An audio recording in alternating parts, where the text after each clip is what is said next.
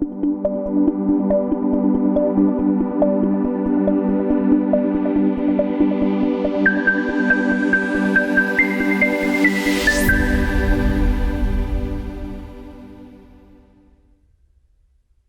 uma honra estarmos mais uma vez aqui juntos, contando sempre com a sua audiência e para que a gente possa cada vez conhecer mais sobre arquitetura e engenharia.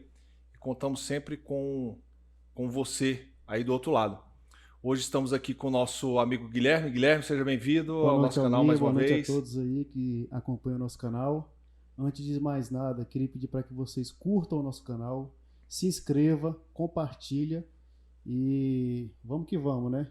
Queria também agradecer aos nossos patrocinadores, né? A Edifitec Engenharia, Arquitec Arquitetura, Forma Engenharia e Fast Drywall. É isso aí. Mais uma vez, queremos... Mais um bate-papo. Mais um bate-papo aqui.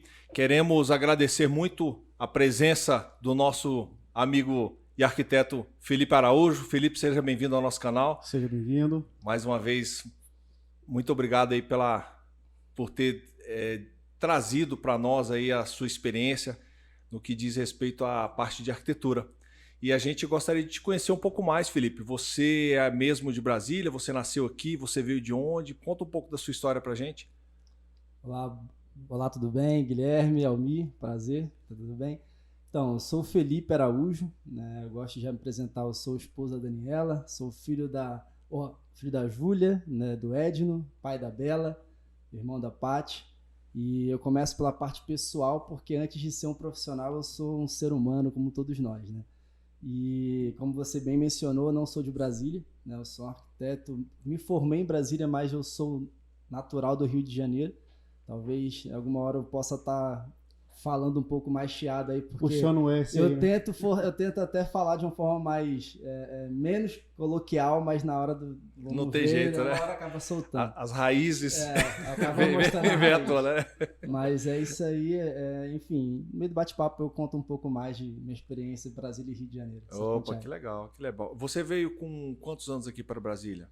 Então, minha memória tá até tentando forçar aqui, mas se eu não me engano foi com 13 anos, foi nessa faixa de adolescente, né? Eu cheguei aqui em Brasília, na verdade, eu lembro que eu tava na 8ª série, né? Então assim, pra mim fica até mais fácil, porque idade talvez eu esqueça, mas na série eu lembro bem. Então eu fiz ensino médio aqui, fiz faculdade aqui, né? Então assim, foi um período muito importante. Depois da faculdade eu acabei migrando um pouco pelo Brasil aí, e Deus me deu a oportunidade de voltar para o Rio também, alguns anos também, para poder trabalhar, e estou de volta ao Brasília. Ah, que bom. Esse período que você veio para Brasília foi mesmo para acompanhar seus pais e... Isso. A gente, por exemplo, eu era de menor, né? Então, assim, só estudava, né? Eu e minha irmã, a gente só estudava. Meu pai passou no concurso aqui em Brasília, na Infraero, e a gente veio acompanhando ele, né? Ele passou no concurso, a gente na época estava em Juiz de Fora, a gente não estava nem no Rio de Janeiro mais, a gente ficou um período de 1 ano em Juiz de Fora. E aí a gente veio para Brasília para acompanhar ele e ficou, né? E aí nós estamos aqui. E conta pra gente assim, como que surgiu a arquitetura na sua vida?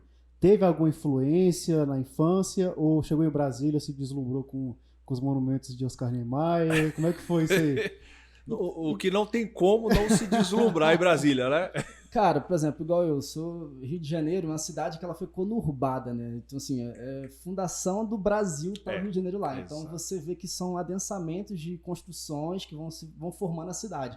Então, não tem uma formação. Brasília foi algo que foi realmente, literalmente projetado, né? Na época do JK.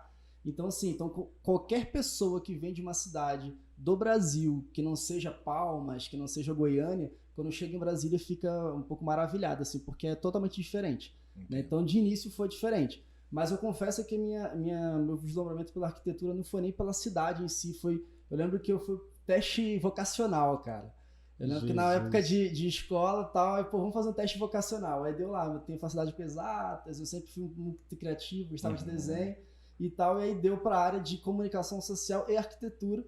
E aí até na época de escola eu ainda tentei fazer vestibular para comunicação. Na época estava muito concorrido na UNB e tal. E eu acabei optando por iniciar a faculdade em arquitetura, até por uma forçação de barra da minha mãe, assim, eu conversando com ela, ela falou, não, vai para arquitetura. Meu pai é engenheiro, né? Meu pai é engenheiro eletricista e eletrônico. Que bom, legal. E aí ele falou, tipo assim, nem foi muito forçação dele não, até foi eu mesmo, tanto é que eu, de amigo, assim, a maioria dos meus amigos antes de faculdade, eles eram tudo, tipo, uns faziam engenharia, mas a maioria é direito, administração. Mas engraçado, quer queira, quer não, seu pai teve uma certa influência, porque às vezes, né... Convivia com o projeto. Exato. Ele não teve muita influência, mas ele me ajudou muito no início com a parte elétrica. Entendi. Porque, por exemplo, eu sempre gostei muito da parte elétrica, de instalações, muito pela prática que eu tinha com ele de ensino. Mas ele que me deu a dica do CAD, por exemplo. Eu começo a minha trajetória profissional na arquitetura muito cedo, por a influência dele. Ele falou, Felipe, tu vai precisar do CAD. Então, assim, eu nem sabia, tipo, você entra na faculdade, é um deslumbramento, né? Você não sabe de nada, na verdade. Você chega lá, tu acha que a arquitetura é uma coisa e, na verdade, é outra coisa. Acha que vai só ficar fazendo desenho, perspectiva. Você acha que a arquitetura é a parte bonitinha, mas não é. Você tem muito conceito. Claro. Para você chegar na forma final, né? E na prática, essa dica do meu pai de começar o curso de AutoCAD me ajudou muito no início para poder começar Mas a aí, na sua vida acadêmica, você sentiu muita dificuldade ou não? Tirando essa questão da parte elétrica. Falo o dia a dia, o curso em si, você acha que foi muito difícil, muito sugado? Ou fala, não, tirei de letra, para mim foi tranquilo? Então, eu optei no início por fazer faculdade à noite, né? Por quê? Porque eu queria, eu já namorava na época, então eu já tinha um intuito Esse menino é precoce demais. Pô, ele sabe, mas casei com 22 anos, né? Então, assim, eu noivei com 20, né? 19 para 20 anos. Então, assim, eu já comecei a faculdade já meio intencionado. Então, eu preferi fazer a faculdade à noite, porque durante o dia eu ia trabalhar. À noite, a galera que tá fazendo à noite, normalmente é o pessoal que tá trampando durante o dia e à noite vai lá para poder, tipo assim, estudar. Então, é uma pegada um pouco diferente. Mas o curso em si, até por eu entrar rapidamente nessa dinâmica de trabalhar durante o dia e estudar durante a noite, foi um pouco complicado, porque a arquitetura, para quem cursa, sabe que é um curso muito prático. Não é um curso teórico. Você não estuda em casa e faz uma prova, não tem isso. Você estuda em casa, faz uma prova, no dia seguinte você tem que pegar uma maquete. Entendi. E se tu não você vira à noite ali, se tu não tiver tempo de fazer a maquete, tem que trabalhar e... Mas é interessante, assim, por exemplo, algumas pessoas que vieram aqui no canal, que deram entrevistas, né? Elas muitas vezes acham que, apesar do que você está falando, que a arquitetura é um curso realmente prático, né? Mas a prática em si é mais em termos de projeto, não mesmo em termos de obra, nada disso, né? É só mesmo... O curso, por exemplo, o curso de engenharia, ele é um curso que ele tem a parte, como posso dizer, a parte de ensaio, a parte tipo assim, a parte de ensaio um pouco mais elaborada. O curso de arquitetura, a parte de ensaio, por exemplo, de concreto, de materiais, a parte prática desse quesito de obra, que você vê na prática das construções, eu digo assim, não digo que é falho, mas pela arquitetura por si só ser uma ciência um pouco mais genérica de tudo, o arquiteto ele sabe pouco de muitas coisas. De muitas coisas. Então você não consegue se aprofundar. Você tendo a necessidade para aprofundar algum curso, especificamente você faz a pós. Que é um pouco, vou falar depois da minha pós de concreto. E entrando nesse tema aí, eu acho que o curso de arquitetura ele falha nisso.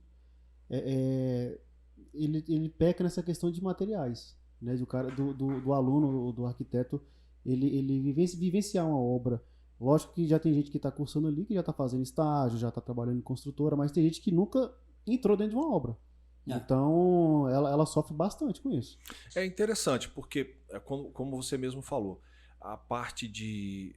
Como não se aprofunda muito, né? Faz o curso, mas não é muito profundo. Depois, no futuro, você começou a pensar em fazer uma pós-graduação. Que pós-graduação foi essa que você... Que especialização foi essa que você achou que você deveria fazer, que para você veio agregar a sua experiência profissional? A minha pós hoje é engenharia de construção de concreto armado, né? Eu via a fazer essa pós uma vez que eu estava muito inserido no mercado na construção civil, né? Então, desde o início, eu sempre fui muito mais um arquiteto construtor do que um arquiteto de projeto, né? Na área da arquitetura você tem diversas frentes, né? Você tem gerenciamento de obras, você tem gerenciamento de projetos, você tem a parte executiva da obra, né? Você tem a parte de projeto específico, a parte de detalhamento, de 3D, de maquete eletrônica. Então, eu sempre fui um arquiteto muito voltado para a parte de execução de obras. E eu, por estar, eu tenho um conhecimento prático na área de instalações, eu achei por tempo mesmo focar na parte de concreto, uma vez que no curso de arquitetura eu não aprofundei tanto. O conhecimento que eu adquiri nessa área foi muito de experiências mesmo, vivência de obra. Então, como eu falei, eu vivenciei obra muito cedo. No segundo semestre eu estava estagiando já em estágio de arquitetura. Então, assim, foi muito prático. Eu comecei uma vida prática na arquitetura muito cedo, e o que me ajudou até o 10º semestre da faculdade já estar engajado no mercado. Então, assim, quando você iniciou o curso, você já trabalhava no escritório de arquitetura, assim como, por exemplo, porque algumas pessoas hoje, como arquitetos, iniciaram assim. Um dos nossos entrevistados, ele já fazia projetos de CAD, posteriormente 3D, de 3D, de perspectiva, né?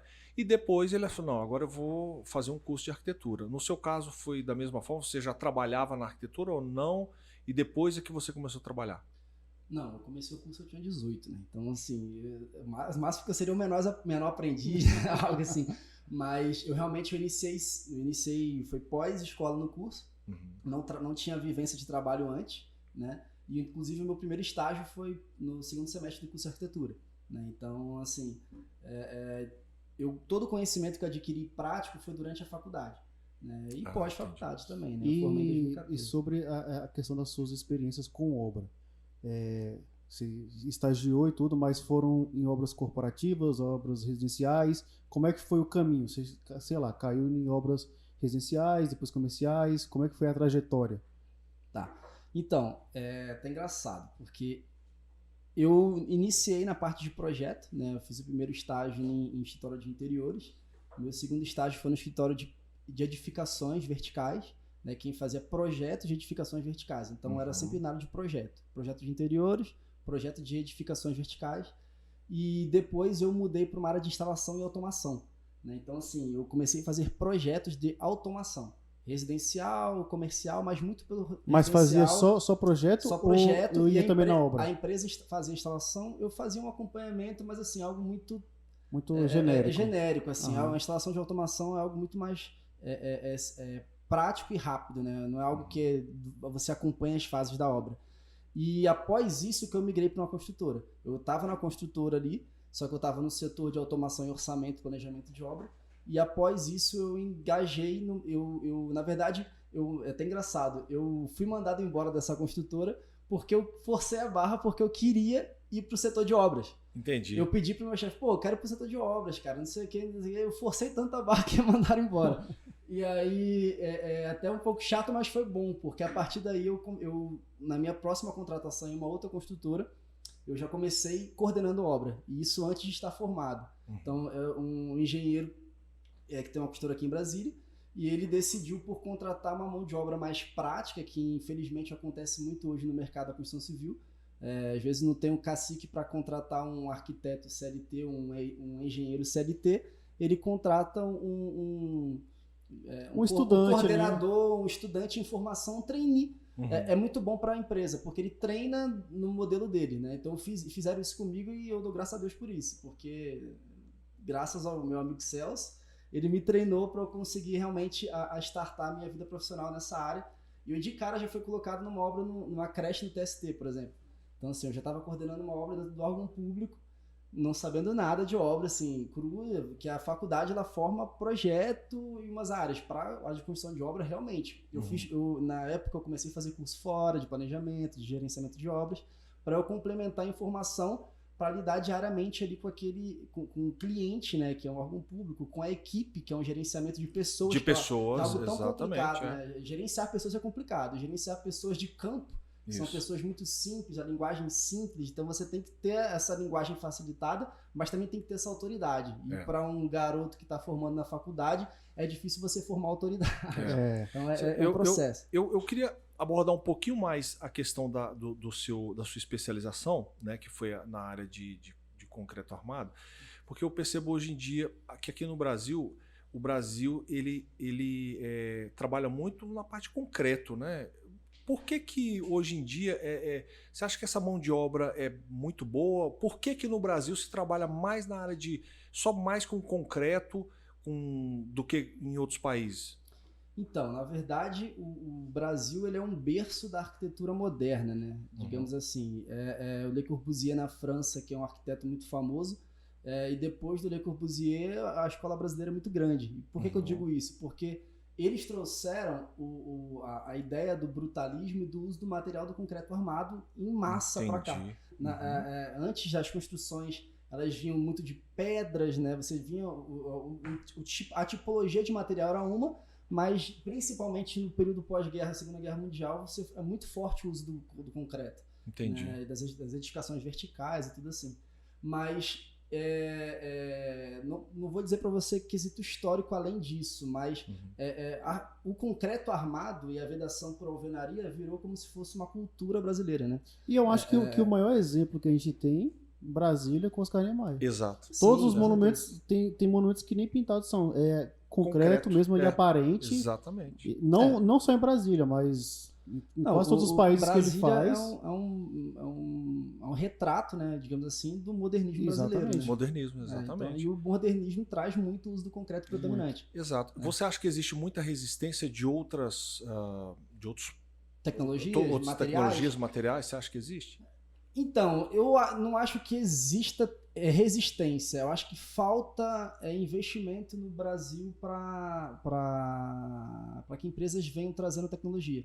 A gente tem, por exemplo, eu fiz obra em São Paulo e no Rio. Lá você tem pessoas, empresas que trabalham com outras tecnologias. Então é mais fácil. Aqui em Brasília parece que falta um pouco o empresariado.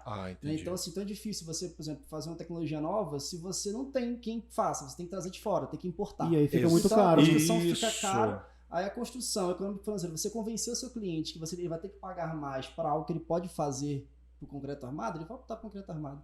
Entendeu? Porque ele tem aqui do lado. Exatamente. É muito mais prático. Eu acho que essa conta é simples. Não tem como. Não tem como. A mão de obra ela é muito mais... não é escassa, né, no caso do concreto armado. Você tem pessoas que para trabalhar no Brasil inteiro, pessoas que são especialistas nessa área. Eu percebi que em outros países já está sendo muito difundido, né, a questão de outras tecnologias. Uma delas que a gente falou bastante aqui, né, Guilherme, foi a questão do steel frame, drywall. do próprio drywall, né, para estrutura. Eu percebo que em alguns projetos, eu já entrei em edifícios aqui, o drywall ele faz parte do projeto interno de todo apartamento, eu acho que da maioria. Nas edificações verticais, hoje em dia o drywall predomina, assim, até porque nem vale a pena você fazer tijolo, né? Porque o transporte é difícil, você subir saco de cimento, subir tijolo, subir areia, é muito mais fácil você subir as placas de drywall muito mais rápido, muito mais veloz. Exatamente. Então, para construção vertical, hoje no Brasil já se predomina o uso de vedação por drywall. O steel frame vou falar de forma genérica porque eu trabalhei, mas eu não sou um especialista na área. Mas você tem poucas empresas que trabalham que tem o real steel frame, que tem a estrutura de metal, né? Porque se confunde muito steel frame com drywall, porque é muito parecido, né? A estrutura é muito semelhante. Então, o cara que é leigo... Algumas empresas dizem que vendem, porque a steel metal, né? Frame estrutura, você pensa...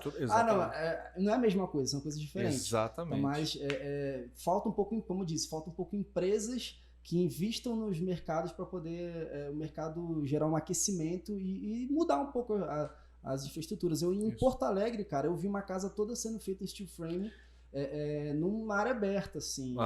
Mas são pouquíssimas que eu vejo construindo e eu mesmo nunca não tive oportunidade de construir. Aquilo que a gente tem falado, né? A diferença do concreto para a questão do steel frame é justamente a questão da mão de obra, né? A mão de obra de steel frame ela é muito mais rara do que a e aí, mão de com obra isso, eu creio, né, que acaba ficando mais caro. Porque você não tem concorrentes no mercado. Então, se você tem só um, ele vai cobrar o preço dele e acabou. Mas é que em alguns estudos já estão sendo equivalentes, né? A questão de material. Pós-pandemia, ou durante a pandemia, houve um boom muito grande assim de preços, né? As coisas aumentaram muito, o aço aumentou demais, tudo aumentou demais. E deu uma certa equilibrada, entendeu? Nivelada, né? Uma certa nivelada nisso. E aí as coisas estão sendo mudadas. Eu acho interessante essa mudança de cultura. E o bom é que a gente está vivendo isso, né? Eu acho bem legal. épocas de crise, elas são bifurcações, né? Em ambientes de crise, você gera novas situações. Então, talvez um momento desse, como uma crise econômica mundial, querendo ou não, é benefício para evoluções, né? De uma forma geral. Querendo ou não. Isso então, mesmo. algumas coisas se tornam retrógradas e outras coisas se tornam produtivas, né? Então, hoje o tempo é muito importante. Né? Ninguém tem a passo. Pô, antigamente você construía um prédio em 80 anos, 40 anos. Hoje em dia o cara quer construir um prédio em 30 dias, entendeu? Quer nem respeitar o tempo do concreto. Então vamos fazer tudo de steel frame, que aí realmente você consegue fazer. Mas então assim, o tempo ele é muito fator determinante, mas o custo ele ainda é mais determinante ainda. Então esse que é o problema. Exatamente. Encontrar quem paga a conta. Voltando assim à questão do concreto, você acha que, ou pela sua experiência, depois que você faz toda uma estrutura e depois do prédio edificado lá, existe uma forma, surgiu uma patologia no prédio, uma viga, houve uma fissura, você tem como, dependendo dessa fissura, você tem como corrigir isso? Com certeza. Na verdade, assim, você tem como corrigir superficialmente, caso seja uma fissura superficial. Né? Se for algo mais profundo, você tem como fazer reforço estrutural. Isso aí é totalmente cabível. Depende muito de onde está, porque assim, trabalhar com reforma é sempre mais complicado, né? Porque nunca é só uma viga que está tendo certo tipo de patologia ou então algum tipo de estrutura. Você tem que avaliar todo um contexto para ver qual é a melhor solução, mas soluções hoje na engenharia mesmo brasileira, mundial, isso aí sim, isso tem, com certeza. Até concreto com estrutura metálica também, tá? Que normalmente reforços estruturais, às vezes é mais vantajoso fazer em estrutura metálica, mas aí são perfis metálicos mesmo. Levando para essa parte de obra que a gente está mencionando, você acha que o engenheiro ele tem importância também na participação do projeto? Eu digo questão de criar o projeto, né? Sei lá, você pegou uma obra com um parceiro, com o engenheiro que trabalha com você parceiro, de pensar o projeto junto ou também além. Você está dentro da obra e o engenheiro, você acha que ele tem essa dinâmica de poder alterar o projeto, né? Ali eu falo em forma estrutural também, e até mesmo também estético. Você acha que isso funciona ou não? Então, a arquitetura, falando como arquiteto, ela é genérica, como eu falei, sim, os seus aspectos, mas o aspecto de projeto ela é um pouco mais detalhada do que a engenharia. A engenharia ela trabalha de forma mais técnica a metodologia de projeto, e o arquiteto trabalha um pouco mais amplo e um pouco mais a fundo as metodologias de projeto. Então, na parte criativa, acaba que as ideias são sempre do arquiteto. Obviamente, a ideia criativa é do arquiteto, mas ele é casada com o engenheiro. Tem muito arquiteto que não tem um conhecimento construtivo, o que dificulta, às vezes, você ter aquela conversa dinâmica, tipo assim, vou fazer isso aqui, como eu vou fazer isso aqui? Às vezes ele quer uma coisa muito fina, e às vezes na prática aquela estrutura fica um pouco mais robusta. Então, assim, o projeto ele nunca é estático, ele é sempre dinâmico. Você elabora o projeto, em acompanhamento você manda para um engenheiro projetista, que vai estar ali avaliando o seu projeto, ver se aquilo é cabível, se é viável ou não, né? Estudo de viabilidade, exatamente. Você vê se ele é executável ou então se tiver que mudar toda a metodologia de construção. Exato. Entendeu? Às vezes você faz a construção toda pensando em concreto armado, só que aí você muda para um steel frame porque fica mais leve, fica menos robusto, né? Só que aí, enfim, é todo um poder de convencimento até com o próprio cliente, como a gente falou antes. Né? Mas o projeto não é estático, ele é dinâmico. É verdade. Cada vez mais os projetos estão ficando mais arrojados, né? Com certeza. Os arquitetos hoje em dia eles fazem projetos... Eles estão ousados. Ousados, exatamente. Essa pergunta que o Guilherme fez eu achei interessante porque não é que existe uma divergência. Você, inclusive, como a pessoa que desenvolve seu projeto e você já tendo né, a expertise na questão do concreto armado, muda um pouco a sua conversa com o engenheiro. Com certeza. Com certeza. Não, na verdade, não existe aquela questão de rixa, né, que tinha antigamente. Não, sempre tem. Na verdade, no início em obra, por exemplo, você chega na obra, você é taxado como que não sabe nada e o desenhista. Chegou o desenhista. Exatamente. Ou que não sabe nada, ou que não foi homem o suficiente para fazer engenharia. É todo um preconceito. Existe. Só que acontece, como eu falei, como eu comecei teoricamente cedo na construção, então eu criei prática de conhecimento mesmo, então me facilitou na parte de linguagem com a parte de engenharia. E no mercado que eu sou mais executivo, digamos assim, que eu sou mais mais forte no mercado mesmo, que é o do mercado corporativo. A minha experiência me fez ter um conhecimento que realmente eu falo com engenheiro eletrônico, eu falo com engenheiro mecânico, com uma certa linguagem, porque você vê tanto aquilo que te gera uma prática. Né? Você já viu 1 zilhão de projetos daquele modelo, então tipo, isso te gera uma prática, um conhecimento de projeto. Né? Só que, obviamente, o engenheiro ele tem um certo ar de conhecimento pela parte matemática da coisa, digamos assim. E pela experiência também, né? Não é só isso, né? Porque o engenheiro muitas vezes ele já traz uma carga de obra grande, né? Nós tínhamos uma amiga arquiteta e ela trabalhou muito em projetos na área corporativa. Depois ela falou assim, não, eu vou parar com a área corporativa e quero me enfiar dentro da obra. E ela começou a trabalhar na reforma do aeroporto na época, que houve aquela transição da Infraero, né, que vendeu uma parte e tal. E ela foi trabalhar lá para ampliar o aeroporto. E ela gostava dessa área. Entendeu? Então, é legal que é o seguinte, a área de construção corporativa, ela abrange muito a parte de instalações. Né? Então, você é obrigado a ter um conhecimento amplo de instalação elétrica, de instalação mecânica, de ar-condicionado. Então, assim, só que uma coisa que eu compartilhei muito com um engenheiro amigo meu, que tanto o curso de engenharia quanto de arquitetura, ele é muito falho no quesito de gerenciamento de obra de pessoas. Porque, na verdade, você forma um engenheiro, o pessoal fala, um engenheiro civil, é o famoso mestre de obra evoluído, né? Porque acha que engenheiro civil toca a obra, mas não toca. O engenheiro civil ele é formado para ser um projetista de construção. É formado para ser um projetista de estruturas, né? Só que aí a parte de gerenciamento é uma parte um pouco falha, digamos assim. Né? Então, como eu disse, eu comecei cedo em obra, então isso me facilitou. Mas muito engenheiro não tem experiência de obra. Por quê? Porque ele nunca pisou no campo. A logística, a parte executiva de obra é muito mais densa. Você é muito mais um gerenciador do que um técnico. Então, tipo assim, você chegar lá com cheio de conhecimento teórico, de viga, de não sei o que, você chega na obra lá, o peão te engole, fala, tá, tchau. Exatamente. Sabe nada. Eu acho que nessas duas áreas, tanto engenheiro como arquiteto, cara, tem que ter vivência de obra, senão ele vai passar mal. E soluções práticas Exatamente. também. Uma coisa que eu aprendi muito é ser prático e executivo. Você tem gerenciamento de... Às vezes eu tocava... Às vezes não, sempre. Eu tava trocando 3, 4 obras ao mesmo tempo. Você ser simultâneo, você está trabalhando aqui você trabalha com cliente, mas você também trabalha com a gestão de pessoas, você trabalha com resultado e com prazo, com materiais. Então, como que eu vou dizer que o mais importante é só o conhecimento teórico? Nunca, né? É um mero detalhe. Se você não for uma pessoa prática e uma pessoa de gerenciamento, não fazer gerenciamento de risco, de dados, cara, você põe tudo a perder. Então, digamos assim, uma outra área, né? A questão da sua experiência com obra. Você já executou obras fora de Brasília, fora do país, e como é que foi a questão de desafios? Sei lá, em uma cidade litorânea, se teve algum desafio, ou em outro país, você já executou ou só em Brasília que você mexeu com obra?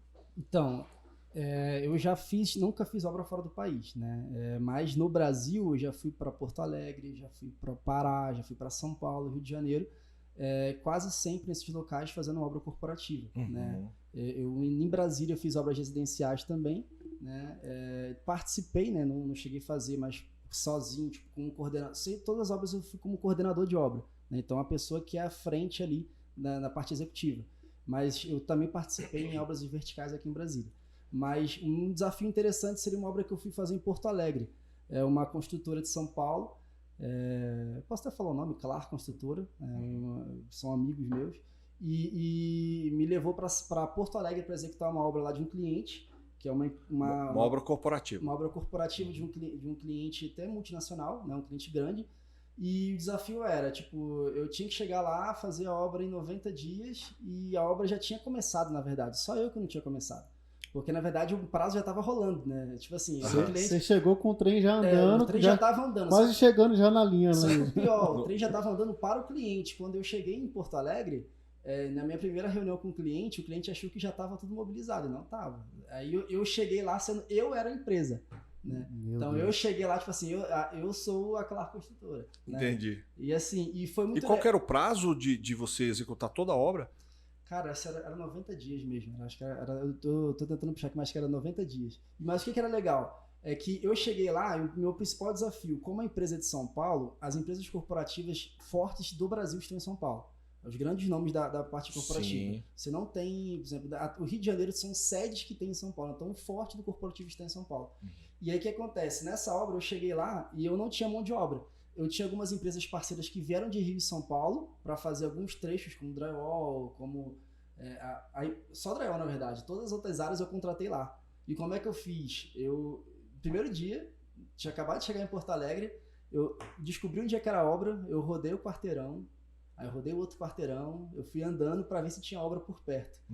Fiz um bloquinho de nota anotando todos os nomes das pessoas que estavam na obra, todas as empresas envolvidas na obra, e comecei a entrar em contato. Fui no shopping perto, peguei um caderno com o pessoal de engenharia lá, de empresas cadastradas, e comecei a ligar. E ali eu comecei a montar uma equipe, eu comecei a literalmente montar uma equipe para poder executar a obra. Porque você chegou num estado que você não conhecia ninguém. Não conhecia empresa nenhuma. Não conhecia nada. Nunca tinha pisado em Porto Alegre, por exemplo. E aí o que acontece? Cara, em uma semana a obra já estava em andamento, a gente cumpriu o prazo, foi uma obra muito legal. Uma obra executada, e assim, você literalmente do zero. Não, eu vejo assim, essa obra foi um tremendo desafio para você, porque... Não, gigante. Então, assim, e na verdade é o seguinte, não vou mentir para você, obra corporativa é assim. Obra corporativa, o cliente procura a construtora, na verdade quase sempre vem por uma gerenciadora. Nunca é tipo assim, você não vai ver uma empresa corporativa procurando a construtora direto. Normalmente vem de uma gerenciadora, e a gerenciadora procura a construtora para fazer a obra em 90 dias, 2 mil metros de obra, 3 mil metros de obra, é assim. Então, assim, é muito rápido. Então, normalmente você já tem umas empresas subcontratadas já cadastradas no teu setup ali. Só que nesse caso, como era fora do eixo Rio-São Paulo, não tinha ninguém. Então, assim, o máximo que foi fiel ali foi minha equipe de gesso. O restante foi todo mundo lá de Porto Alegre. E tem um desafio que Porto Alegre é um estado à parte, o ICMS lá é mais caro, tem todo você importar material para lá é mais caro, então foi diversos desafios para manter o custo da obra dentro. A gente pegou uma obra com um custo muito, muito enxuto e você manter a qualidade, foi a época que teve aquela paralisação dos caminhoneiros. Meu Deus do céu. Nossa, foi um caos, cara. Assim, eu lembro que foi caótico, assim, cansei de virar a noite naquela obra ali. Tem um assunto interessante para quem não sabe. Eu e Felipe, a gente trabalhou juntos lá no Rio de Janeiro, executando também obras corporativas. Parece que eu tô a história engraçada. Pode contar, pode ficar à vontade. Pode ficar à vontade. Não, a história engraçada é que é o seguinte, como eu falei, eu sou carioca, o Guilherme não é carioca. A gente chegou para morar numa república lá. E aí o Guilherme eu chamei ele e falei, poxa, a gente entrou no apartamento, primeiro dia do apartamento vazio. Só tinha janela e porta. Não tinha mais uma nada. cama, mais nada. Aí eu olhei assim, aí eu falando com a gerente, né, nossa do Rio de Janeiro, e aí foram comprando as coisas aos poucos, né. Aí o que a gente fez? A gente montou um roteiro pra comprou as coisas na LX, aí foi eu e o Guilherme buscar as coisas no Rio de Janeiro. Pensa. Aí cruzando a favela da Maré. E o prazo para Cidade de Deus. O prazo para vocês ficarem locados ali seria mais ou menos quanto tempo? O prazo correu muito. Eu digo assim, desde que você entrou para esse apartamento. Não, na verdade a gente foi para executar uma obra específica, mas acabou que ia ficando, né? Na verdade, porque a gente estava esperando uma obra em Brasília sair, né? Mas ficou uns 6 meses, não foi mais que isso, né? Acho que foram 7 meses. Foi 7 meses. A gente chegou no Rio, eu fui para uma obra, ele foi para outra. Aí dessa obra eu pulei para mais uma, que eu fiz um dia só, e depois eu fui para a obra onde ele estava. Entendi. E aí a gente ficou até o final. Que essa obra tá engraçada, eu botei ele numa furada gigante também. Normal, sempre. É uma obra de um hotel lá em Copacabana, cara. O que acontece? Qual o problema da obra? É que o cliente contratou pra gente fazer a obra com o hotel em funcionamento. E qual o problema de você fazer uma obra em hotel em funcionamento? Que de dia tem evento nos salões de festas, e de noite o cliente dorme, né? É claro. Não tem como. Então como é que você faz como é que você vai fazer, né? Como é que você não vai ser um incômodo para as pessoas? Não tem como não ser um incômodo. E à noite eu tava lá na cobertura fazendo obra, a noite toda. Então agora você imagina. Foi bem tenso. E a reclamação do... Não, era a reclamação, todo dia. Era uma coisa constante. Normal. Você tem que saber gerenciar as reclamações dos clientes, de gringo, de quem for. E era engraçado que é o seguinte, a empresa também fechou a obra numa metodologia um pouco complicada, porque ela fechou a obra com o cliente em fases. A gente tinha que entregar salões específicos no prazo específico. Não era entregar a obra inteira, não era tipo, vamos fazer aqui 5 andares, vamos entregar em, 6 meses. Não, era para entregar o trecho tal no período, e sim, num período muito curto. E é muito difícil fazer obra assim, porque você fazer obra do zero assim, você, por exemplo, tem que quebrar tudo, construir tudo, vir com toda a parte de acabamento, com toda a parte de revestimento, que são materiais que vêm de fora, né? Não são materiais que são locais, né? A gente não tá falando de uma obra, vou pintar aqui, não. Era material que era um tipo de madeira específico, um tipo de forro específico, um tipo de iluminação específica. Cada hora vindo de um lugar diferente. Isso com um prazo muito enxuto, era tipo Luciano Huck, entendeu? Só que Luciano Huck com a Globo funcionando lá do lado, né? Cara, literalmente, foi caótico. Acabei de lembrar aqui de um episódio muito engraçado. Foi bem no início. Ele tava lá nesse hotel, eu tava trabalhando em outro prédio, outra obra, e umas 6 horas da tarde, não lembro. Mais ou menos isso. Ele me liga, cara, preciso de você aqui, não sei o que, e eu tava saindo da outra obra. Eu falei, vou agora pro apartamento, eu vou descansar, né? Me liga. Preciso de você aqui, não sei o que, porque tem que entregar amanhã um salão e eu não consegui. E o pessoal não tá aqui, a mão de obra não tá aqui. E é você mesmo, velho. Vem pra cá. Tá. Vamos. Rapaz, você não tem noção, não. Almir, eu vou ser bem sincero. Você já viu o cara, ele secar o gesso com secador com soprador. Não, isso é comum. Cara, você tem noção não. Secar o gesso com soprador. Instalar carpete a noite toda. Cara, ligar. E foi engraçado quando eu liguei pro Guilherme, eu vou te contar o bastidor dessa história. Que eu já tinha fechado com uma equipe de elétrica que a gente iria virar à noite mais uma vez, porque já tinha virado 2 noites seguidas, a gente tava na terceira noite. Porque a gente precisava poder entregar o salão naquele dia. Só que acontece, o dono da empresa não deixou, por quê? Porque é um custo a mais pra ele. É um trabalho escravo, né? 72 horas dentro do lugar. E ele também não vai querer pagar. Não ia pagar, não tinha condições. Eu até entendi ele. Na hora eu não entendi, não, mas hoje eu entendo. E, cara, eu fiquei sozinho, assim, desesperado, com acho que umas 40 luminárias na mão, tendo que subir as 40 luminárias pra instalar. Você? Eu, sozinho. Aí eu falei, cara, eu falei com a minha gerente, falei, ó. Eu só confio em uma pessoa que tá lá na outra equipe lá, cara. Que a gente trabalhava por equipe, né? Até eu mesmo, eu não era CLT, mas as outras pessoas que trabalhavam na minha equipe da construtora eram CLT. Então eu nem tinha como autorizar eles a virarem à noite trabalhando. Por quê? Porque tem todo um regime, né? O Brasil tem todo um regime trabalhista que é muito complicado. Adicionar noturno, todo... Pro PJ, não. O cara que é empresa, o cara tem que se lascar mesmo. Ele tem que botar resultado. Ele trabalha por resultado. E o que acontece? No susto, aí eu liguei lá, falei, ó, tá a fim de dormir? Vai dormir não. Vai dormir não. Vamos trabalhar, né? Tô com um trampo bom pra ter aqui. Aí ele pintou lá em Copacabana lá, viu a furada que tava. Rapaz, o negócio foi feio. E pior que assim, acabou os luminários, aí tem que limpar o salão, né? E, cara, essa obra foi um caos. E muito legal, que é o seguinte, quando eu retornei pro Rio há uns 2 anos atrás, essa obra toda já estava concluída. E aí eu cuidei do pós-obra da obra, tipo assim, que são tipo... deu problema na lâmpada, tal, e você vê que mesmo... Essa manutenção que tem que ser dada. É como se fosse a garantia ali da obra, exatamente. Eu estava cuidando da garantia da obra, só que assim, quando você tá no meio do olho do furacão, tu acha que o cliente tá indignado com você. Só que no pós-obra, ficou tipo, cara... O pessoal ficou satisfeito, tipo assim, porque querendo ou não, no fim das contas, o pessoal sabe o desafio que é executar a obra. Sem dúvida. E ainda mais o desafio que era fazer uma obra como aquela, que era dentro de um hotel, eram muitos riscos para serem mensurados. Entendi. Né? Então, enfim, a obra corporativa ela tem esse complexo, né? Mas essa obra em si, ela tinha muito complexo. Né? Era muito difícil, era muito chato. Mas isso é bom para as pessoas que estão assistindo o nosso canal, porque isso serve como experiência. Porque, obviamente, a pessoa vai sair da sala de aula e depois ela vai começar a entrar em obra, ela vai começar a lidar com esse tipo de acontecimento, desafios, né? Não é verdade?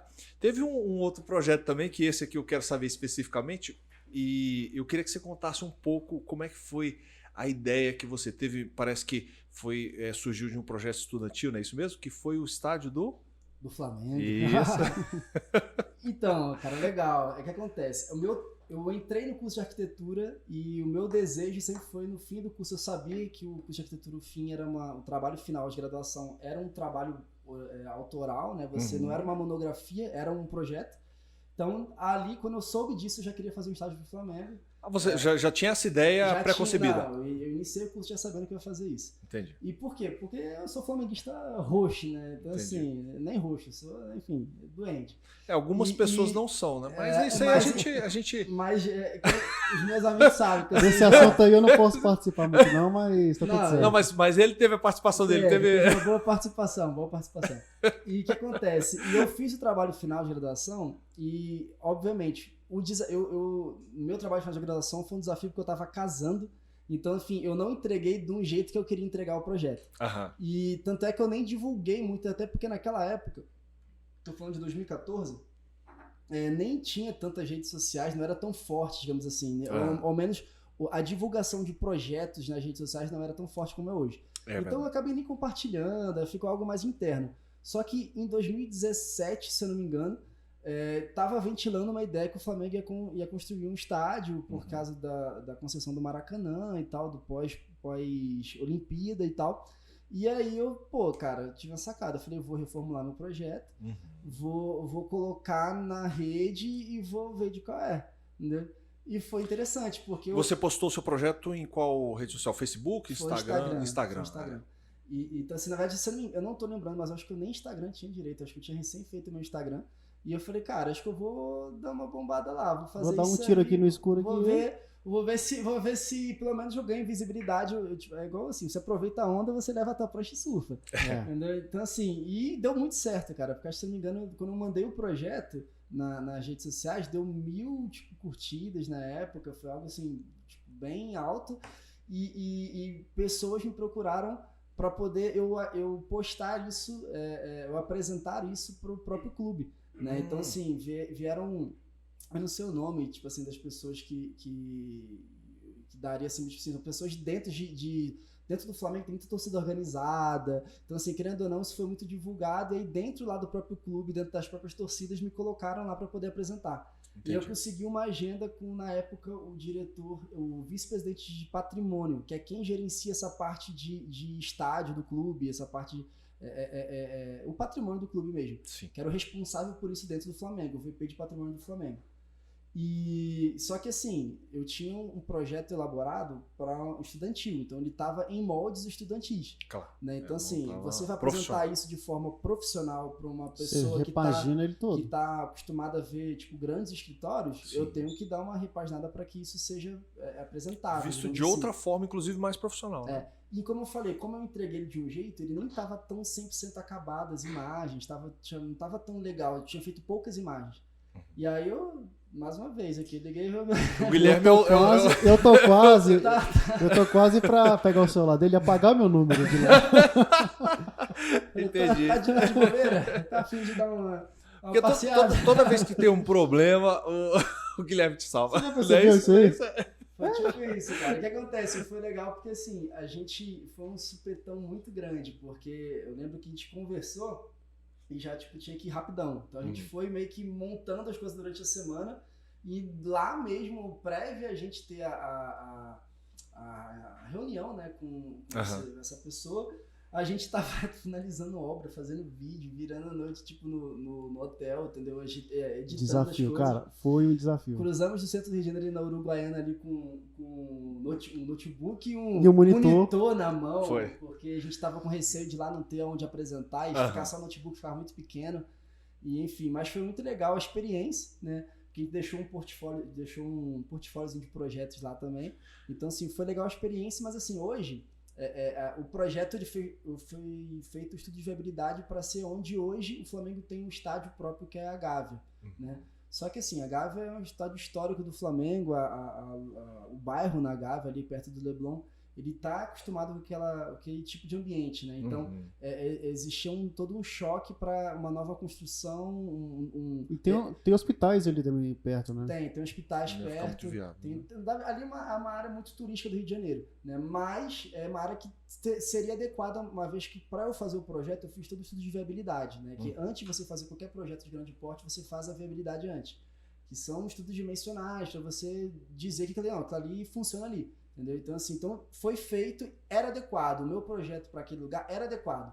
Só que Hoje, por exemplo, o Flamengo, nesse momento mesmo, o Flamengo já está quase fechado para construir com a Caixa Econômica no local chamado Gasômetro, no Rio de Janeiro. Gasômetro, eu ouvi falar. Que é uma região, cara, que, na minha opinião, é 1000 vezes melhor. Uma região totalmente rubro-negra mesmo. Porque o centro do Rio de Janeiro é uma região que para acessos é melhor, tanto para quem é metropolitano, mas para quem é tanto para quem é da região da Zona Sul, mas também para quem vem da Baixada, para quem vem de Niterói, porque fica bem no centro do Rio, ali, na região portuária. Ali. E você acha que o seu projeto, só para a gente voltar só alguns momentinhos atrás, o seu projeto foi bem aceito junto à diretoria? Pô, pior que foi, cara. Porque assim, ele até se surpreendeu, porque assim, naquela época, como eu falei, a gente aproveitou um pouco da onda de que se já ventilava esse assunto. Então, o que já ventilava? O Flamengo já tinha escritórios que estavam trabalhando com viabilidade para fazer o estádio. Então, assim, não era na região da Gávea, era em outros terrenos.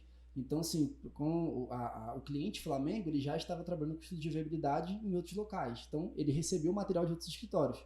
Pegar 2 estudantes apresentando algo estudantil elaborado, para o material que foi entregue, eles ficaram.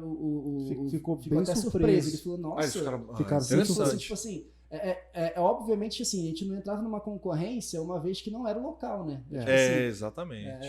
A pessoa quer comprar uma Ferrari, tu vende uma Hammer pra ela. Tu fala, pô, adorei a Hammer, mas eu quero comprar uma Ferrari. Mas talvez seja a hora de você voltar a postar o projeto, porque se tá em voga hoje Não, eu vou colocar... Pode tentar, assim, adaptar o que você fez pra Gávea pra esse novo terreno. Não, mas aí o estudo é muito grande, eu não vou ter tempo. se contratar, eu tô aqui fazer o merchan. Exatamente. Barato. Ô Felipe, olha só que interessante. Você, assim, você já pensou em ir para outros países para desenvolver o seu trabalho? Eu pergunto isso porque é o seguinte, no mundo hoje em dia existe uma demanda muito grande para arquitetura, para arquitetos, né? Por exemplo, no Canadá, algum tempo atrás, tinha uma demanda de mais de 100 mil trabalhadores, inclusive arquitetos, né? Você já pensou em seguir para outro país assim para trabalhar? Então, no início do curso, na verdade, assim, no início da minha trajetória profissional, eu tinha ambição de ir para os Estados Unidos, né? Então, assim, só que o quesito pensamento e execução são coisas bem distintas, né? Então, assim, eu tenho inclusive um amigo hoje que a gente se viu recentemente, que ele foi para lá, engenheiro formado. Hoje ele trabalha... Para os Estados Unidos? Estados Unidos. Hoje ele tem uma empresa que ele trabalha com um serviço manufaturado, ele trabalha em obra, né? Só que ele é uma empresa lá. Vive super bem, só que ele ainda não exerce a engenharia, ele não é engenheiro lá, ele não assina lá. Então, assim, existe toda uma autorização, toda uma documentação que tem que ser comprovada para você ir para um outro país exercer a sua profissão. Então, são cursos, então, enfim, é todo um preço a ser pago, não é algo tão simples como fazer um curso aqui no Brasil e atuar no Brasil. Né? Mas, por exemplo, eu tenho muito interesse, uma vez que, primeiro que assim, o Brasil por si só exporta muito arquiteto, né? A gente vê que o Oscar Niemeyer, ele é conhecido mundialmente porque ele fez diversas obras mundialmente. Então você vê muita obra na França e em outros países porque ele foi trabalhar nesses locais. Só que, na prática, hoje, a gente acaba demandando em pequeno nome, mas em grande escala. Né? Antigamente era menos nomes, em grande nome, mas pequena escala, hoje em dia é ao contrário. Só que é complicado, assim. Então hoje eu penso, se eu conseguir chegar num patamar profissional ao ponto que eu consiga ir para um outro lugar para poder divulgar o meu trabalho, algo assim, aí sim, se for para poder começar do zero. Porque inclusive é uma coisa que tem que ser muito bem pensada, porque eu vou dar um exemplo aqui para você e para quem está nos assistindo. O Moacir, que é um arquiteto que nosso amigo também deu uma entrevista aqui, ele foi para o Chile. Peru. Ele foi para o Peru. E o interessante é que quando ele retornou, porque ele foi para desenvolver um trabalho lá, ficou em torno de 4 anos. Quando ele retornou, ele teve que recomeçar. Então, assim, é uma coisa que tem que ser muito bem pensada, Porque se você vai, o seu espaço aqui ele vai ser preenchido por outro profissional. Ele fica vago e aí é natural. Outro vem, é natural, ocupa, outro vem e acabou. ocupa o seu espaço. E você ocupa o espaço de talvez uma demanda que está existindo lá. Se você pensar em voltar aqui, a não ser que você trabalhe, vou dar um exemplo. A minha filha é arquiteta. Hoje ela está na Argentina. E de lá, ela desenvolve projeto aqui para o Brasil. Sim, legal. Entendeu? Então é interessante. Outros arquitetos que eu já ouvi falar de renome, entendeu? Eles também desenvolvem projetos aqui no Brasil, mas moram em outros países, né? Eu acho que isso funciona muito para você que tem um escritório grande, porque você viaja, você vai executar, mas o seu escritório está aqui, ele está trabalhando, né? Ele tá projetando, ele está... Agora, é diferente de um arquiteto que ele é autônomo, que é só ele viaja, então querendo ou não, meio que fica vago, a não ser que ele faça igual o Almir deu exemplo.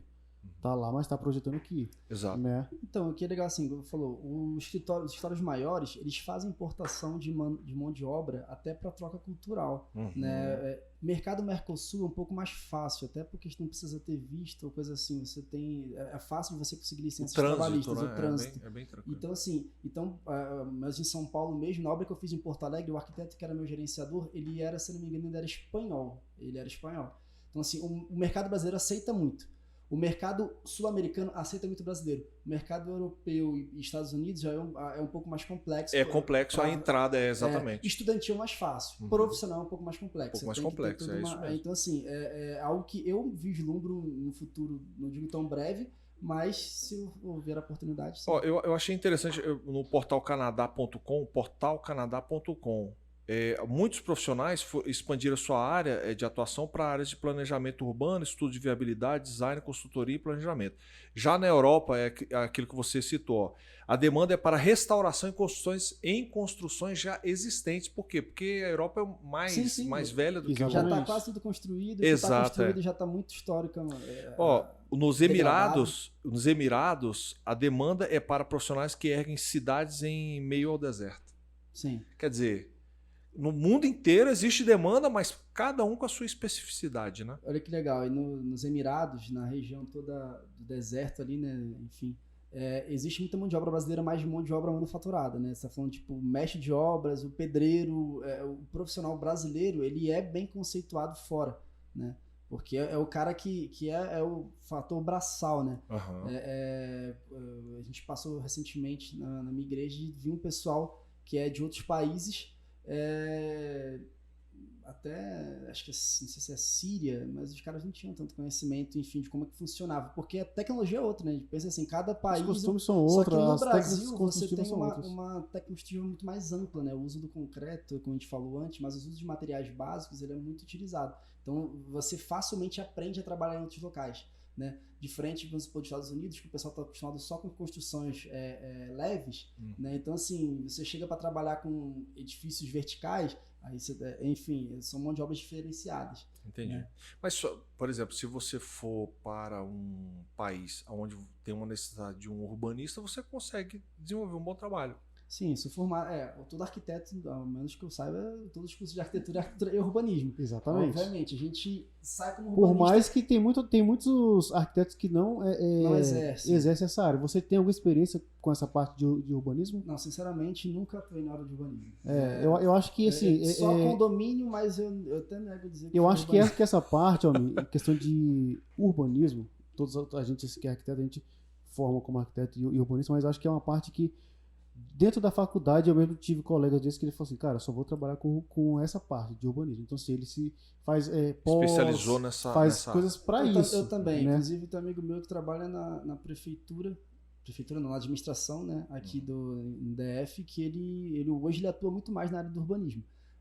E assim, eu também acho que seria mais viável desmembrar o curso. Você faz arquitetura e você faz arquitetura e você deixa o urbanismo com um curso um pouco menor, até porque por informação, o curso de arquitetura ele é muito mais amplo, ele tem muito mais material que poderia ser enxertado no curso. Entendi. E como tem que fazer um paralelo com o urbanismo, por mais que, por exemplo, um dos caras que eu mais escuto, que é o Paulo Mendes da Rocha, que é um falecido, Mas é um cara que diz que a arquitetura ela começa na cidade, né? Porque a formação da cidade é uma formação cultural e a arquitetura é cultura, né? Então, assim, querendo ou não, você desmembrar os dois é um pouco complicado, então eu posso estar até falando uma heresia aqui, mas eu acho que valeria a pena você estudar o urbanismo de forma intrínseca na arquitetura, mas não para você formar um urbanista. Porque Exatamente. se você desmembra o curso, você tem mais qualidade aqui, você tem mais qualidade aqui. E você tem profissional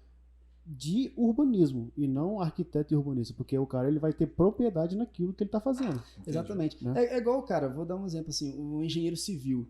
O engenheiro civil ele sabe muito de instalações de construção, concreto armado, de todos os materiais, metálico, tudo, mas muito engenheiro civil sabe pouquíssimas instalações, porque o curso de engenharia civil ela passa tipo voando pelas instalações elétrica, mecânica, é só tipo é o iniciozinho do curso ali, entendeu? Então, mais ou menos por esse lado é mesmo coisa do urbanismo. Entendi. Tanto é que tem a engenharia elétrica, tem a engenharia mecânica. Tem a engenharia mecatrônica. Então, assim, é a mesma coisa. Pô, você forma um cara genérico, mas você formar acaba que os urbanistas eles têm que cursar fora, porque a faculdade fica muito genérica. Entendi. Se você não fosse arquiteto, você gostaria de ser o quê? Jogador de futebol. Eu ia falar assim, só não pode ser jogador de futebol e nem locutor de... O cara fez o TCC de estádio. Você acha que ele vai querer ser o quê? Vai querer ser o quê, né, Guilherme? Pô. Eu até quis fazer comunicação. Até hoje, na verdade, um hobby que eu tenho é de ver comentários esportivos, algo assim. Eu acho que seria interessante ser jornalista esportivo. E, Felipe, conta pra gente. Você tem escritório para execução de obra, projeto, ou você trabalha de forma autônoma? Então, minha área de atuação hoje, eu sou consultor técnico numa autarquia pública. Em paralelo, eu executo projetos de forma autônoma. Só que eu tenho a minha empresa hoje que eu uso ela para poder executar os meus projetos. Então, entendi. assim, é autônomo, mas ao mesmo tempo eu tenho uma equipe que trabalha junto comigo. Isso que eu ia perguntar. E aí, por exemplo, eu uso para a plataforma de divulgação meu Instagram, né? Inclusive, eu estou com um projeto novo, aí que a gente pode falar um pouco mais sobre esse projeto, né? Mas de forma projetual, né? A execução de projetos eu faço de forma autônoma. Então você pode falar um pouco mais desse seu projeto? Pode ficar à vontade. Show de bola. Então, uma demanda da maioria dos meus clientes de casa, de residencial, né? A maioria dos meus projetos executados de arquitetura são residenciais. E uma demanda que eu identifiquei de cliente de casas de 100 até 200 metros quadrados. E qual é uma característica comum desses clientes? Primeiro que é um cliente que hoje em dia está muito antenado, né? Porque procura muita coisa em Pinterest, em Instagram, em rede social. Então tem aquela visão de residência, de casa, de sonho, mas aquela visão tipo Frankenstein. Que eu gosto disso aqui, mas gosto disso aqui, gosto daquilo ali e daquilo ali. Você junta tudo, dá um monstrinho. Dá um monstro. Né? E quando você apresenta algo para esse cliente, algo que ele já está vendo, já está pronto, já está bonito, ele gostou. Pô, será que isso aqui dá no meu terreno que eu tenho para construir minha casa? Eu acho que eu gerei uma solução para uma demanda. É algo que já existe no mercado, que são projetos prontos. Né? Então, são projetos de arquitetura, instalações e estrutura, é o projeto completo da casa, pronto para execução. Qual é a adequação que tem que ser feita? A adequação daquela casa ao seu lote. Então, assim, antes da contratação, a gente faz uma conversa de viabilidade, né, com o cliente, que é identificar se aquela casa que ele gostou na plataforma, ele consegue construir no terreno dele. Então, a gente faz essa viabilidade, essa concepção de ideias, ver se bate, ver se é possível a execução, e o projeto que já está pré-elaborado, ele é adequado e entrega ao cliente em 5 dias. Isso é muito bom porque até mesmo as outras entrevistas que a gente fez aqui no nosso canal, a gente falou muito sobre a questão do tempo, né? A gente perdeu, vou falar que perdeu essa questão da pandemia, foram 2 anos. Então, assim, hoje o pessoal está muito ligado no tempo. E essa proposta de projetos prontos, eu acho que isso é muito bom para o cliente, né? Porque hoje o cliente ele quer assim. Então, até você fazer o estudo do lote, do terreno, você fazer todo o projeto, aprovação de layout, isso demanda tempo. E Exatamente. você já chegar pro cliente, cara, tá aqui, você gostou? Então só vamos adequar. E outra parada também muito interessante que eu gostei que você falou, que você presta essa assistência, porque eu já vi muitas pessoas, muitos arquitetos, que vendem o projeto, você compra e o cliente que se vira. Não, você pega, cara, esse aqui não fica legal no seu terreno, né? Foi basicamente isso que você falou. Então você ajuda o cliente, né? Você dá aquela assistência. Coisas que não tem no mercado hoje. Quem trabalha com projeto sabe que o estudo de viabilidade de uma casa é muito rápido, né? Você só vê ali e o cliente fala o que ele quer. Para construção, você tem a metodologia que é do zero, layout, tudo. Para reforma, aí você tem que se adequar ao que está construído. Neste projeto é impossível fazer com reforma, porque eu não posso considerar o que está construído.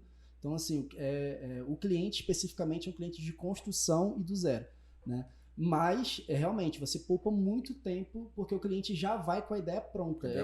Se ele gostou daquele projeto, é só questão de adequação. Adequação, exatamente. Obviamente, a gente faz adequações, por exemplo, o cliente gostou da casa, mas queria trocar uma cor. A gente troca a cor. Ótimo, sem dúvida. Esses tipos de alterações são elaboradas, algumas geram custos adicionais, outras não. Mas o que é o mais interessante desse projeto? É a questão social. Porque qual foi uma dedicação que eu tive com esses clientes? Esses clientes, eles tinham muitas exigências, mas não estavam dispostos a pagar um preço de um arquiteto. E um profissional de arquitetura é um profissional caro. Até porque, assim, você não vai no médico e está disposto a pagar ali R$50 na consulta. Por quê? Porque o cara estudou para isso, né? Mas é isso que eu ia te falar. É um profissional caro e necessário, assim como o médico. Exatamente. Então, assim, qual é o mercado que eu estou atendendo? É o mercado que iria executar sem projeto a obra. Iria procurar no Google ali uma planta, iria executar a obra sem projeto porque não estava disposto a pagar um valor de mercado de projeto que é de 3%, 5% até 15% do valor da obra.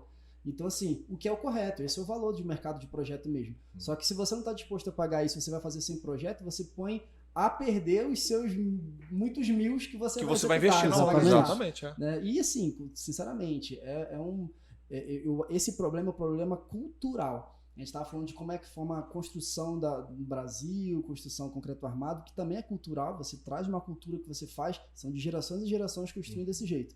A mesma coisa, são de gerações e gerações, o projetista é o pedreiro. Entendeu? É verdade. Então, assim, é difícil você tirar essa metodologia e essa forma de pensar das pessoas. Às vezes tem gente, cara, que constrói casas e casas e nunca passou por um engenheiro ou arquiteto. Você chegar lá na casa, você encontra um monte de patologia. É verdade. Entendeu? Só que você às vezes vê que o cara gastou tanto quanto o vizinho que contratou um arquiteto e a casa do cara é linda. Exatamente. Entendeu? Então, assim, às vezes é uma falta de cultura mesmo.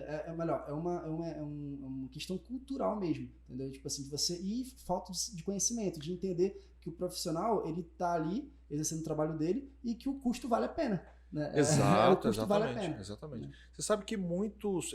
Eu acho tão interessante esse bate-papo nosso aqui, porque abre um pouco mais a cabeça das pessoas no quesito de que o arquiteto ele é importante, tão importante para a sua obra como com quem vai executar, entendeu? A sua obra, né? Porque senão, a experiência de arquitetos que vieram aqui, muitas vezes a pessoa está desenvolvendo determinado projeto, aí vou colocar muito ferro na obra, coisa que ele poderia ter evitado era um custo a menos, né?